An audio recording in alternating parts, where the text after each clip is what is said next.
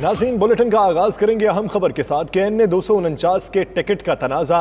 پاکستان تحریک انصاف کراچی میں اختلافات شدت اختیار کر چکے ہیں۔ امجد آفریدی کو ٹکٹ دینے پر PTI کے رکن سندھ اسمبلی شہزاد آوان مستعفی ہو گئے۔ کہتے ہیں پارلیمانی بورڈ نے نامناسب اور کمزور امیدوار کو ٹکٹ دیا، اپنے گھر سے اپنی ہی جماعت کا جنازہ نکلتے نہیں دیکھ سکتا۔ اسی حوالے سے مزید تفصیلات جانیں گے وقاص باقر سے۔ جی وقاص، کہیے گا کیا تنازعات ہیں اور حل ہونے کے امکانات نظر آ رہے ہیں؟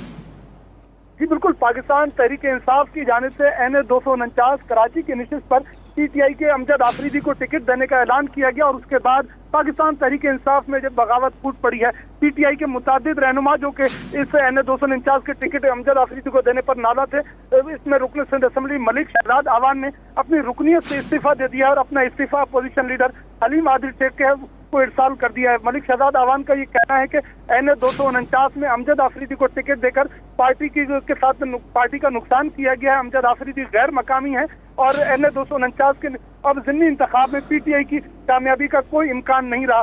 ملک شہزاد آوان جو خود رکن سندھ اسمبلی بھی ہیں اور NA-249 سے PTI کے ٹکٹ کے امیدوار بھی تھے، انہوں نے بھی کاغذات نامزدگی جمع کرائے ہیں۔ ملک شہزاد آوان نے اپنے خط میں مزید لکھا ہے کہ بلدیہ ٹاؤن ہمارا گھر ہے اور اپنی ہی جماعت کا جنازہ نکلتے نہیں دیکھ سکتے۔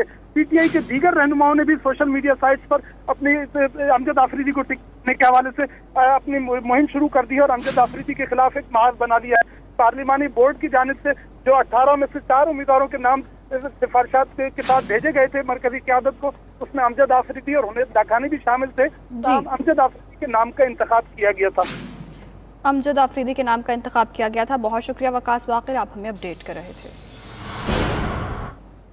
کراچی NA-249 ضمنی الیکشن، ڈسٹرکٹ ریٹرننگ آفیسر نے فوج طلب کرنے کی درخواست کر دی۔ ڈسٹرکٹ ریٹرننگ آفیسر کے مطابق NA-249 حساس علاقوں پر مشتمل ہے۔ اور ناظرین، کورونا کے بڑھتے خطرات، اسلام آباد میں رات 10 بجے کے بعد ریسٹورانٹس میں آؤٹ ڈور کھانا کھانے پر پابندی ہے۔ NCOC کی ہدایت پر ضلع انتظامیہ نے نوٹیفیکیشن جاری کر دیا ہے۔ نوٹیفیکیشن کے مطابق ہفتہ اور اتوار کو ریسٹوران میں انڈور اور آؤٹ ڈور کھانا کھانے پر پابندی ہوگی۔ ہفتہ اتوار کو ریسٹورنٹس کے ساتھ دیگر تجارتی سرگرمیوں پر بھی پابندی ہوگی۔ آپ کو بتا رہے ہیں کورونا کے بڑھتے خطرات، اسلام آباد میں رات 10 بجے کے بعد ریسٹورنٹس میں آؤٹ ڈور کھانا کھانے پر پابندی ہوگی۔ اسی حوالے سے تفصیلات جانیں گے راجہ کاشف سے۔ جی راجہ کاشف، کہیے گا کیا کیا پابندیاں عائد کی گئی؟ جی دیکھیے، اسلام آباد میں جو وفاقی دارالحکومت میں کورونا کے بڑھتے ہوئے کیسز سامنے آ رہے ہیں، ہاٹ سپاٹس کافی سارے سامنے آ رہے ہیں، اس کے بعد ڈپٹی کمشنر اسلام آباد حمزہ شفقات نے ایک نیا نوٹیفیکیشن آج جاری کیا ہے جو کہ NCOC کی ہدایات پر جاری کیا گیا ہے، جس میں ضلع انتظامیہ کی جانب سے SOPs پر مزید سختیاں کی جا رہی ہیں، پابندیاں عائد کی جا رہی ہیں، اور اسی والے سے رات 10 بجے کے بعد ریسٹورینٹس میں آؤٹ ڈور کھانے پر بھی پابندی عائد کر دی گئی ہے، جبکہ ضلع انتظامیہ کی جانب سے جاری نوٹیفیکیشن میں مزید کہا گیا کہ ہفتہ اتوار ریسٹورینٹس میں انڈور اور آؤٹ ڈور کھانے پر جو ہے وہ پابندی عائد رہے گی۔ ہفتہ اور اتوار جو ہے ریسٹورینٹس کے علاوہ دیگر تجارتی سرگرمیوں پر بھی پابندی عائد رہے گی، تاہم جو دیگر ہاسپٹل ادویات کی دکانیں ہیں ان پر پابندی لاگو نہیں ہوگی، اور جو ہوٹلز کے ٹیک اوے کا کام ہے وہ 24 گھنٹے جاری رہے گا۔ جی شکریہ راجہ کاشف، آپ ہمیں اپڈیٹ کر رہے تھے۔ اسٹیٹ بینک کا مانیٹری پالیسی کا اعلان، شرح سود 7% پر برقرار۔ اسٹیٹ بینک نے بجلی کی قیمتوں میں حالیہ اضافے سے مزید مہنگائی کا خدشہ ظاہر کر دیا۔ کہا کہ بجلی کی قیمتوں میں حالیہ اضافے کے اثرات آئندہ مہینوں میں بھی ظاہر ہوں گے۔ جنوری میں مہنگائی 2 سال سے زیادہ عرصے کی پست ترین سطح پر رہی۔ فروری میں مہنگائی میں تیزی سے اضافہ ہوا۔ بجلی اور گندم کی قیمتوں میں اضافہ فروری میں مہنگائی کا سبب بنا۔ جنوری کے بعد نمو اور روزگار میں بحالی ہوئی، کاروبار کا اعتماد مزید بہتر ہوا۔ شرح نمو 3% کے لگ بھگ رہی اور ابھی تک معتدل ہے۔ اسٹیٹ بینک کا مانیٹری پالیسی کا اعلان ہو چکا ہے۔ ناظرین، آپ کو اس وقت براہ راست لیے چلتے ہیں۔ وزیر برائے نیشنل فوڈ سیکیورٹی سید فخر امام اس وقت پریس کانفرنس کر رہے ہیں۔ جی سیکرٹری صاحب بتا رہے کہ ہمارا جو تخمینہ ہے 29 ملین ٹن ٹوٹل کا، 26.2 ہم خود پیدا کریں گے انشاءاللہ۔ 3 ملین اس میں سے 1 ملین ٹن 10 لاکھ ٹن اس میں ہم اسٹریٹجک ریزرو کی بھی پروویژن ڈال رہے ہیں کہ ہمارا کوئی کرائسس ہو تو ہم ہر طرف دے سکتے ہوں۔ تو انہی الفاظ کے ساتھ میں اپنے ساتھی جناب علیم خان صاحب ہمارے سینئر منسٹر ہیں from government of Punjab food کے،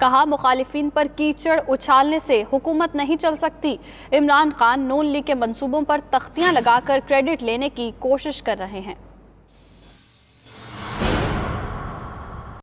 مان جائیں کہ آپ کے پاس کوئی ویژن نہیں ہے، صلاحیت نہیں ہے، آپ ایک ناکام حکمران ہیں جس نے پاکستان کی معیشت کو کریش کر دیا ہے، جس نے پاکستان کو دنیا کے سامنے رسوا کر دیا ہے. آپ کیچڑ اچھالتی ہیں اپنے مخالفین کے اوپر، اس طرح حکومت نہیں چل سکتی. اور آج آپ مسلم لیگ نون کے منصوبوں پر اپنی تختیاں لگا کر ہمیں تانے دے رہے ہیں کہ ہمیں تعلیم کا خیال نہیں تھا، اور وہ بھی آپ پرائے منصوبے لے کر ان پر اپنی تختیاں لگا کر کریڈٹ لینے کی کوشش کر رہے ہیں.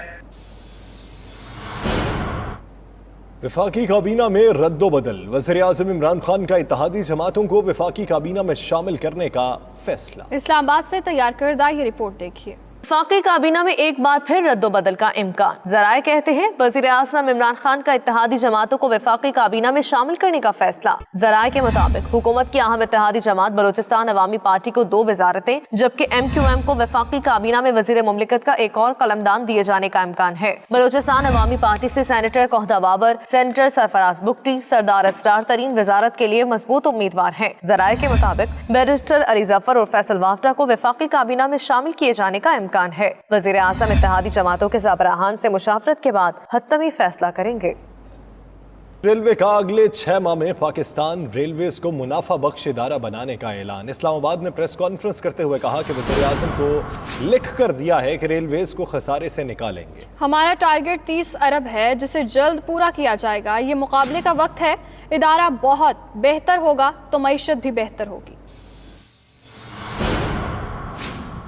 پرائم منسٹر کا بھی اس کی کمٹمنٹ ہے کہ ریلوے کو ہم نے مضبوط کرنا ہے تاکہ پاکستان کی اکانومی جو ہے وہ مضبوط ہو. ابھی میں نے لیٹر جو ہے ڈرافٹ کر کے پرائم منسٹر کو دیا ہے. میں نے واضح طور پہ اپنی ٹیم کو کہا کم از کم جو ٹارگٹ ہے وہ 30 ارب کا ہے کہ ہم اس ہدف کو خدا کے فضل سے جلد از جلد پورا کریں گے. ہمارا پیسنجر جو ہماری زندگی کا مطلب ہم ان کی زندگیوں سے ریل میں جو کھیل رہے ہیں کم از کم ان کی سیفٹی انشور ہوگی کہ اب ریلوے اور FWO ایک زندگی، ایک جان اور 2 قالب کی طرح جو ہے وہ آگے چلیں گے. پاکستان کی معیشت اور خود پاکستان جو ہے اس کی فیڈرل حکومت جو ہے انشاءاللہ مضبوط ہوگی.